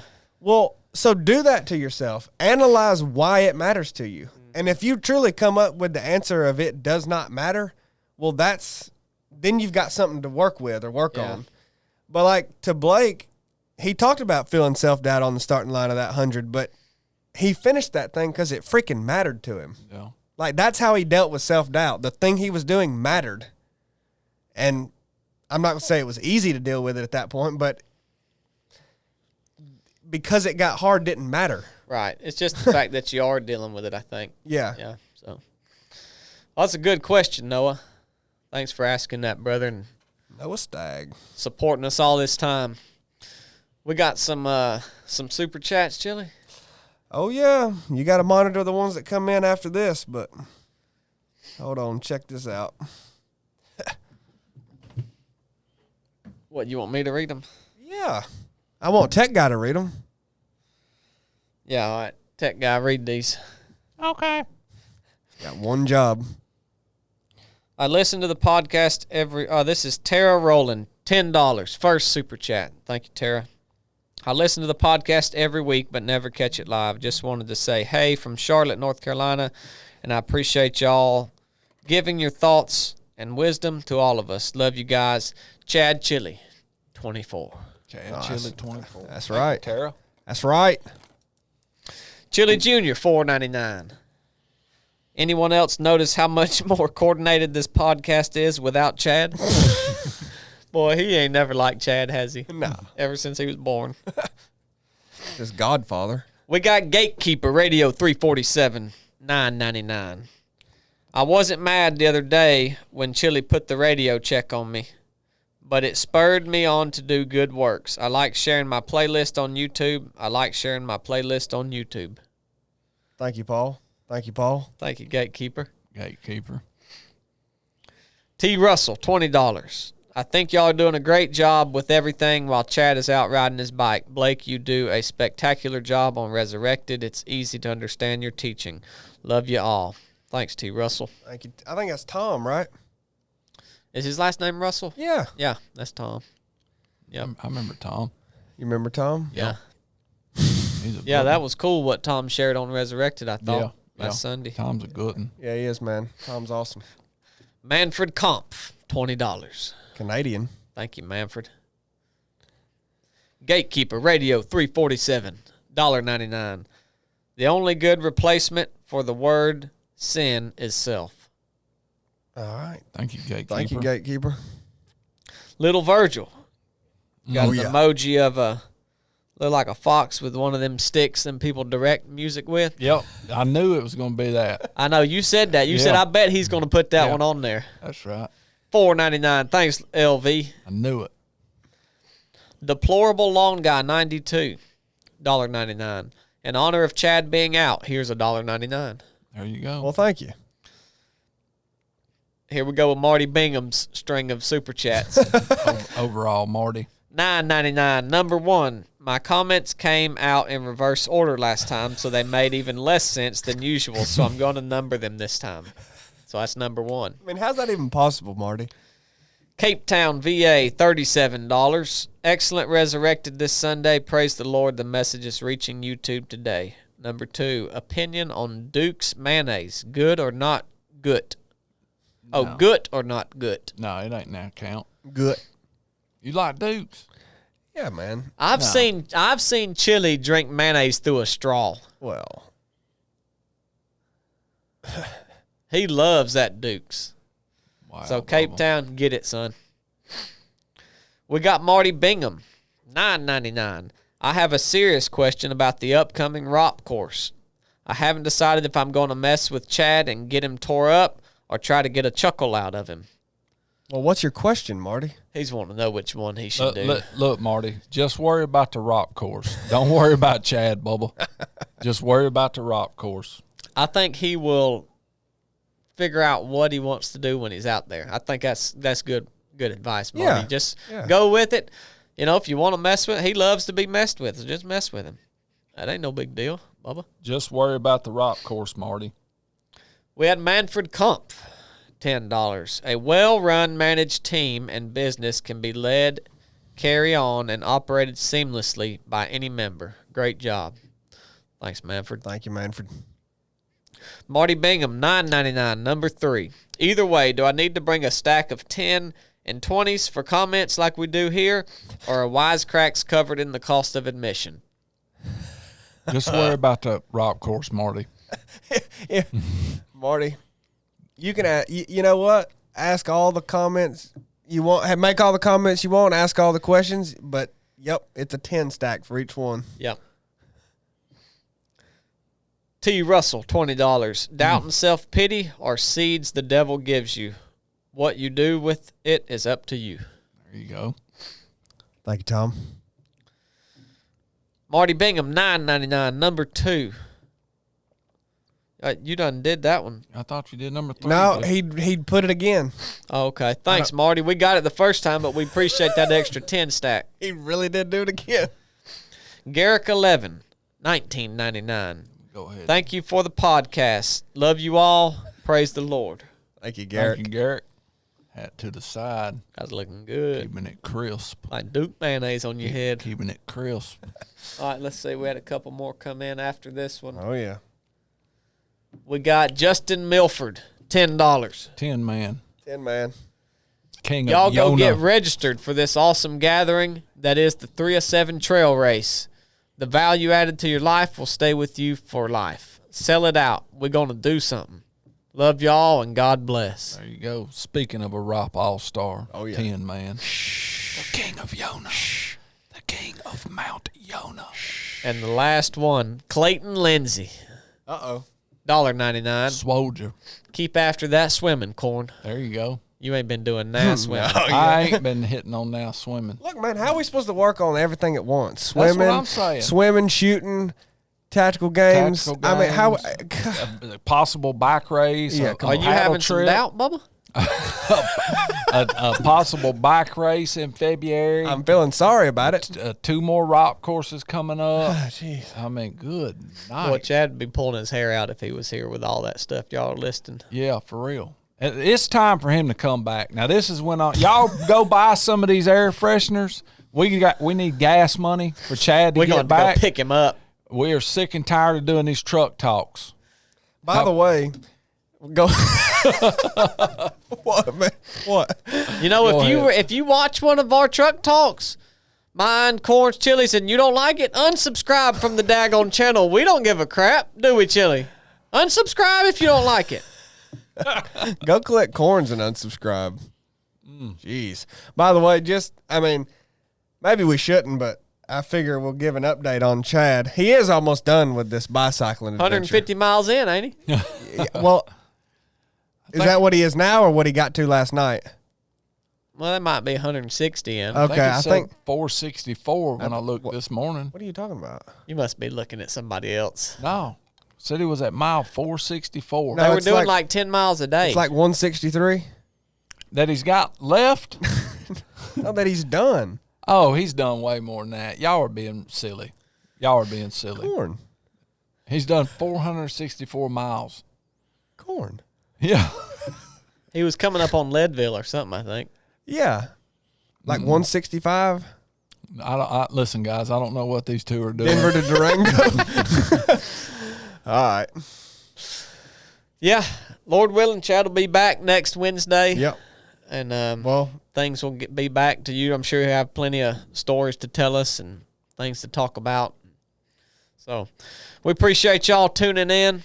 We appreciate all y'all's support. We'll see you again next week. Adios.